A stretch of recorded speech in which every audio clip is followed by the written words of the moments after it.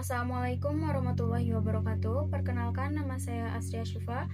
Saya dari Prodi PAI semester 2 dengan nomor induk mahasiswa 240621250001. Pada kesempatan kali ini, saya akan membahas tentang etika komunikasi dalam Islam yang merupakan bagian penting dalam kehidupan sehari-hari, khususnya sebagai seorang mahasiswa pendidikan agama Islam.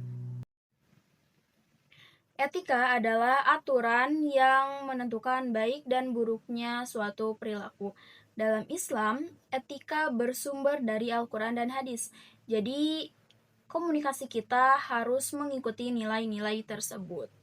Selain itu, etika juga merupakan ilmu yang mempelajari prinsip-prinsip moral, tingkah laku, dan budi pekerti yang berlandaskan Al-Quran dan hadis, atau biasa juga disebut dengan ilmu akhlak.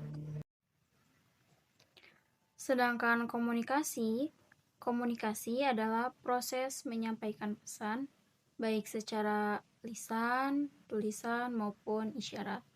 Tujuan utamanya adalah agar pesan bisa dipahami dengan baik oleh orang lain. Dalam Islam, komunikasi harus dilakukan dengan jujur, sopan, tidak menyakiti, dan membawa kebaikan. Jadi, bukan hanya apa yang kita sampaikan, tapi juga bagaimana cara menyampaikannya.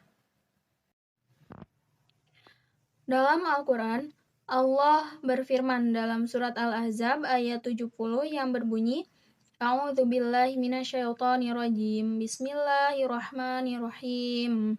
Ya ayyuhalladzina amanu ittaqullaha wa qulu qawlan sadida. Yang artinya, wahai orang-orang yang beriman, bertakwalah kepada Allah dan ucapkanlah perkataan yang benar.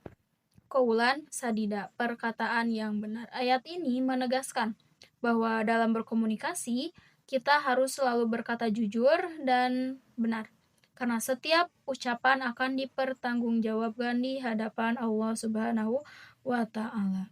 Hal ini juga diperkuat dengan hadis Rasulullah SAW, man kana yu'minu billahi wal yaumil akhir falyakul khairan aw liyasmut, yang artinya, barang siapa beriman kepada Allah dan hari akhir, hendaklah berkata baik atau diam. Hadis riwayat Bukhari dan Muslim. Dari ayat dan hadis ini, kita dapat memahami bahwa Islam sangat menekankan pentingnya menjaga lisan, yaitu dengan berkata baik, jujur, dan tidak menyakiti orang lain. Ada beberapa prinsip komunikasi dalam Islam, seperti qaulan sadida, yaitu berkata benar, qaulan layyina, yaitu berkata lembut, qaulan ma'rufa, yaitu berkata baik, dan qaulan karima, yaitu berkata mulia. Contohnya dalam kehidupan sehari-hari, kita harus berbicara sopan kepada orang tua, tidak berkata kasar, menghindari gibah, dan menghargai pendapat orang lain. Kalau kita tidak menjaga komunikasi, dampaknya bisa menyakiti orang lain, menimbulkan konflik, bahkan merusak hubungan.